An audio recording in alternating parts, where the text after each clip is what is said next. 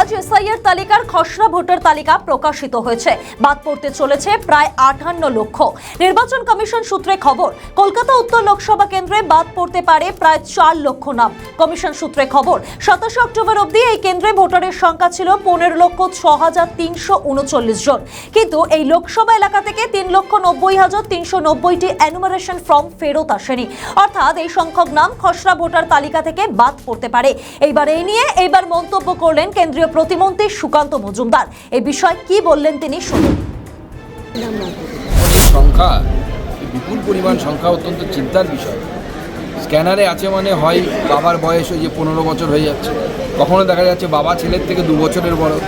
এই ধরনের নানা অসঙ্গতি এসআইআরে আছে এবং সেই অসঙ্গতি প্রমাণ করছে যে মমতা বন্দ্যোপাধ্যায়ের অ্যাডমিনিস্ট্রেশন বিগত বেশ কয়েক বছর ধরে যেভাবে অনুপ্রবেশ করিয়েছে এবং তার সাথে বাঙালি উদ্বাস্তু যারা বাধ্য হয়েছে বাংলাদেশ থেকে এপারে আসতে, ধর্ম বাঁচাতে, ইজ্জত বাঁচাতে, মাথা সিঁদুর বাঁচাতে, গলার কাঠের মালা বাঁচাতে, তাদেরকে মাননীয় মুখ্যমন্ত্রী ভুল বুঝিয়েছেন এতদিন ধরে। বলেছেন আপনারা তো নাগরিক, আপনাদের চিন্তার কোনো কারণ নেই, আপনারা সিএতে ফর্ম ফিল আপ করবেন না। এখন কি হবে? এখন যদি কারো নাম এসআইআর থেকে বাদ যায়, সিএতে ফর্ম ফিল আপ না করার জন্য সময় মতো আমি এটা বারবার বলছি, অনেক দিন আগে সিএর আইন পাশ হয়ে গেছে। মুখ্যমন্ত্রী মানুষকে ভুল বুঝিয়েছেন, ভয় দেখিয়েছেন যাতে কেউ সিএর ফর্ম ফিল আপ না করেন।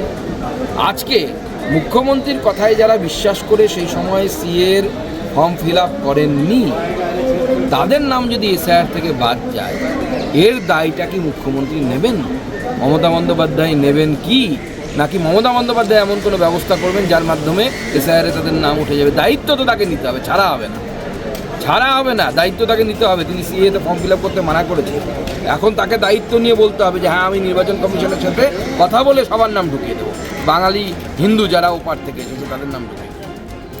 আমাদের ভিডিও ভালো লাগলে লাইক ও শেয়ার করুন, কমেন্ট সেকশনে আপনাদের মতামত জানান।